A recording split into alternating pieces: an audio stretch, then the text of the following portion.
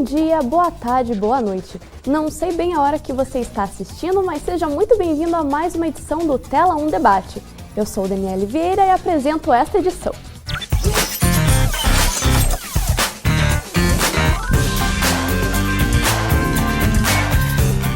Hoje vamos discutir as mudanças no jornalismo.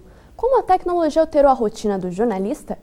E que crise é esta pela qual o jornalismo está passando? Vamos conversar com Lidinara Batista, que é jornalista e blogueira, e Pedro Carrano, diretor executivo do Sindicato de Jornalistas do Paraná. Olá, sejam muito bem-vindos, vocês dois aqui no estúdio. Olá, obrigado. Então, começando a nossa conversa, muitas empresas jornalísticas fizeram cortes nas redações devido à crise, né? Eu gostaria que você do sindicato, Pedro, contasse como que está sendo visto isso pelo sindicato. Bom, desde 2012 a gente tem visto um quadro muito forte de demissões, tanto acontecendo em outros estados do país, como aqui no Paraná também, né? A gente, pelo sindicato, buscou fazer uma forma de denúncia chamada demissômetro, porque a gente também foi percebendo que essas demissões, elas não estavam mais acontecendo, digamos assim, numa tacada só, ou com um grande número de profissionais, elas vinham acontecendo aos poucos, mês a mês, demitindo 1, 2 jornalistas, né? E o demissômetro foi uma forma da gente apontar, olha, vocês estão fazendo uma demissão grande, uma demissão em massa, só que no espaço de 2 e 3 anos, né? Deixando muitas vezes jornalistas que ficam na redação com medo, né? E cortando aquilo que a gente avalia que ainda é o principal no jornalismo, inclusive dá sentido para as grandes empresas jornalísticas, que é a reportagem, né?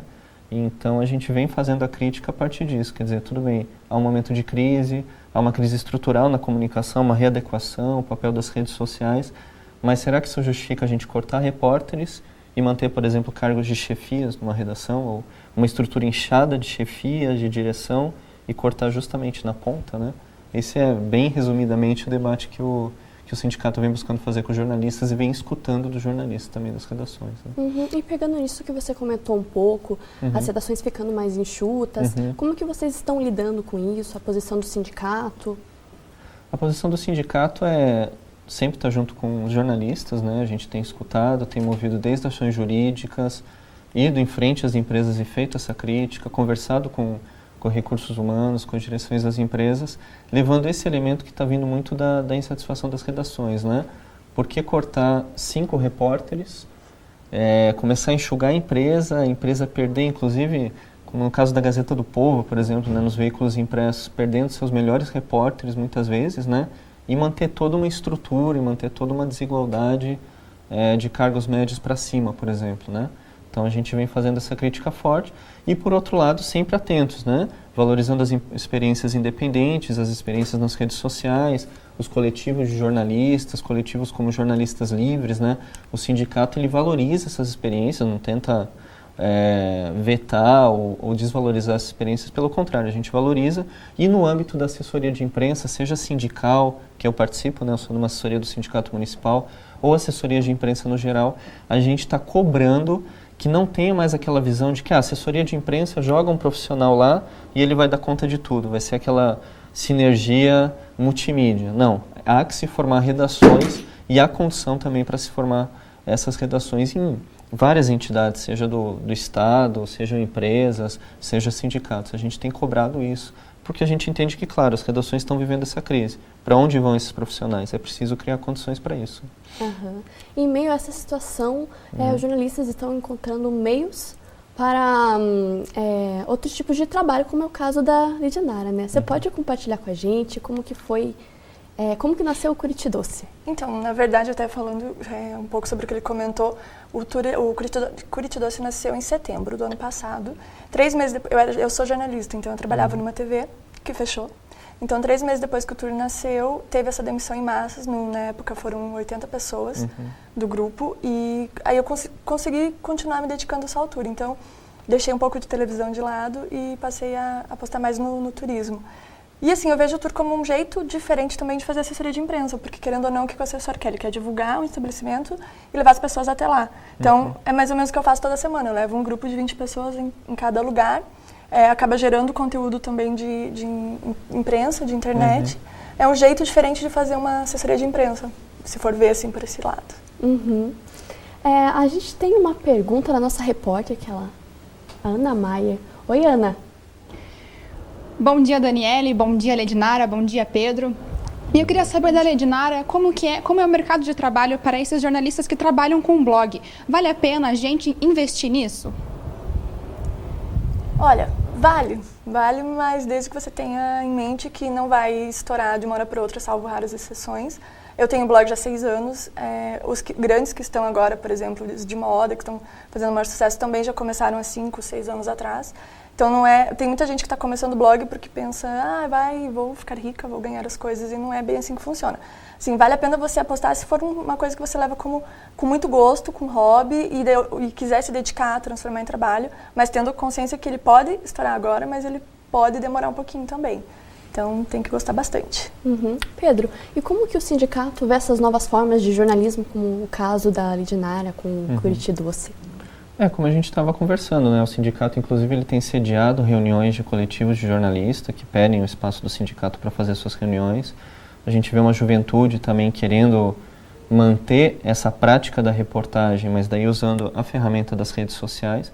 Claro, ainda encontrando o seu espaço de mercado, vivenciando dificuldades, o próprio mercado está se adequando a isso, né?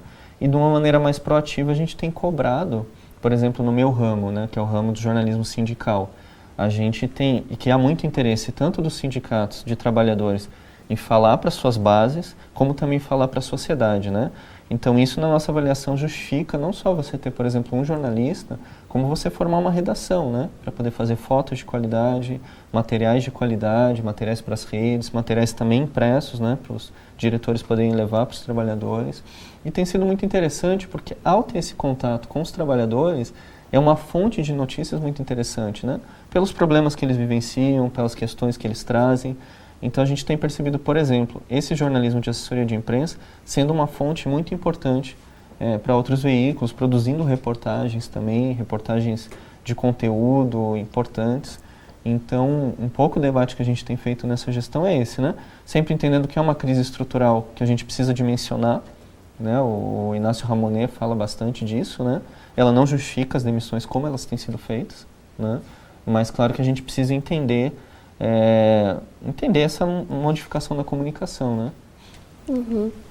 Ledinara, você pode explicar um pouquinho mais sobre o Curitidoce, assim, como que nasceu a ideia e como você foi colocando em prática no começo? Sim, o Curitidoce ele é um tour gastronômico de doces, então ele nasceu por conta do blog. Eu brinco que ele é um filhinho do blog porque eu sempre escrevi sobre lugares em Curitiba e principalmente lugares para comer doce, que é o ponto forte.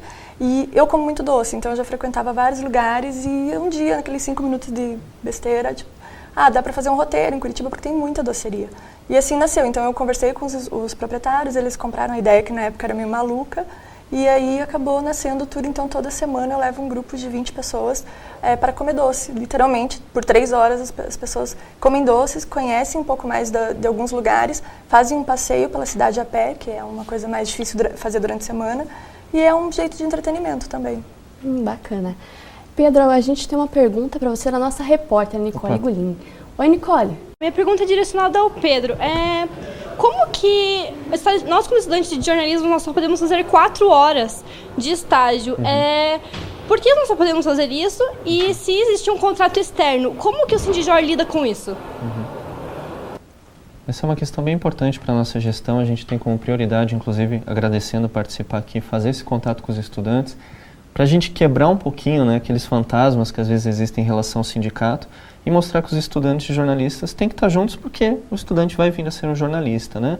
O estágio, a gente sabe que ele traz debates intensos, mas como que a gente vê o estágio, né? Infelizmente, muitas empresas têm usado o estágio porque é aquilo, né? Às vezes você tem 2 estagiários, você não precisa contratar um profissional.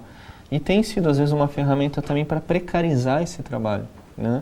Então, por isso a gente adequa as regras da FENAGE, da Federação de Jornalistas, busca regulamentar o estágio, né? Sabemos que, claro, né, tem todo esse afã de publicar, do estudante estar fazendo já o seu currículo, é fundamental isso, mas a gente também incentiva muito a que se invista, e daí pressionando as universidades, para investir em jornais laboratórios, em experiências que também o estudante possa ter o seu trabalho autoral, né?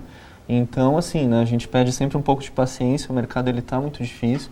Jornalistas cobram do sindicato, se vem, por exemplo, numa grande rádio, um estudante entrando ou fazendo algum trabalho, né? Então, por isso a gente busca regulamentar. Não para fazer uma caça às bruxas, mas para justamente conseguir, né, defender o interesse dos jornalistas, e os estudantes vão a precisar também da defesa desses interesses, né? Então, tem as regras de estágio, muitas universidades já estão se adequando, junto com as diretrizes curriculares, né? E, claro, é limitado, tem regulamentação, mas é o possível, né, para que não deixe de ter experiência, mas também não retire postos de trabalho de outros jornalistas, né? Então, resumidamente. E sobre as demissões, falando assim da atual crise financeira, como que ela assim está influenciando essas demissões? Influenciou? Olha, se a gente pensar um cenário, claro que a gente não pode cegar para o fato de que a economia brasileira vai entrando num período bastante difícil, outros ramos da economia estão demitindo também. Só o que a gente acha é tomar cuidado, porque, por exemplo, as empresas de comunicação tiveram desoneração, né? Tiveram desoneração fiscal já desde 2012, desde 2010. Tiveram, inclusive, incentivos do governo. O governo também abre espaço para publicidade, em revistas, na TV, etc. Então, o discurso da crise, para justificar as demissões na comunicação, parece muito mais um pretexto do que uma realidade objetiva, né? Então, a gente tem... Porque mesmo em 2010, quando houve a economia brasileira, estava crescendo 7,5%, era um bom período para a economia, a gente também enfrentou grandes dificuldades e uma negociação salarial que no Paraná se arrastou por 2, 3 meses, né? Então, quer dizer, no momento que a economia estava bem. Então, só é um elemento do cenário que a gente está vivendo, a crise, etc., as empresas, tudo. Mas não explica o que está acontecendo e a gente tem chamado atenção para isso. E você, Lidinara, como que você vê essa fuga do jornalismo tradicional, né? Que no caso você tem o blog. Você enfrentou muitas dificuldades no começo? Como que foi? Então, alguns anos atrás, quando eu me formei, quando eu fazia faculdade de jornalismo, a gente pensava onde trabalhar, sempre tinha, né, um objetivo. E agora o bacana é que você, com a internet, você pode fazer o seu veículo de comunicação. Você pode montar uma TV, você pode montar um programa, tem muitos youtubers que ganham muito mais do que a gente pode imaginar, e porque montaram o seu próprio meio de comunicação. Então, vale a pena fugir um pouquinho, ainda mais agora que as televisões, os jornais, as mídias impressas estão saturadas e realmente está saindo muita gente. É um jeito de você conseguir trabalhar mais tranquilamente, ter a sua renda e não sofrer tanto. E para a gente terminar o nosso tela-debate, eu queria uma opinião de vocês, porque nós, estudantes de jornalismo, desanimamos muito com esse cenário atual. Como que vocês vê o jornalismo no futuro? Para onde que está caminhando o jornalismo? Assim, desanima mais ou menos, né? Porque o jornalismo, quando se decide fazer, é uma coisa que é um bichinho que pica você e não sai mais. Então, assim, sempre vai ter um ânimo. Mas eu acredito que daqui para frente vai ser cada vez mais aberto para as novas possibilidades. Eu acredito que vão surgir outras. Então, é tentar ver em que caso você se adequa mais, o que tem mais a sua cara, assim. E você, Pedro? É uma pergunta difícil, né? Claro que a gente está aqui vendo uma crise dos veículos tradicionais, né? E ainda um momento talvez de transição. Mas, como foi falado, a gente não pode desanimar, há sempre oportunidades aparecendo. Por exemplo, eu acabei de publicar alguns poemas num jornal de literatura impresso que está completando 5 anos, que é o Relevo. Daí eu assinei e vou recebê-lo em casa, né? Mesmo estando dizendo aqui que o jornal impresso, eu vejo que ele tende muito a desaparecer, né? De maneira geral, né? Mas você veja, em ramos específicos ele volta a ganhar um contexto e um contorno interessante. Então acho que apostar nessas experiências, na autoralidade, na formação de coletivos, não cair às vezes em cantos de sereia mais imediatos, né? Quer dizer, por exemplo, a questão da reportagem, como a gente estava conversando aqui, ainda é algo diferencial do bom jornalismo, né? Então, claro que a questão vai ser encontrar formas para canalizar isso. Então, apostar nisso, apostar na formação, muito estudo, muita qualificação, porque espaço para isso sempre vai se conseguir, né? Muito obrigada pela participação de vocês dois aqui no estúdio com a gente, no Tela 1 Debate. E eu espero que essa experiência tenha contribuído para vocês, como foi para a gente também, uma contribuição muito grande. Obrigada. Obrigado. E o Tela 1 termina aqui. Até a próxima!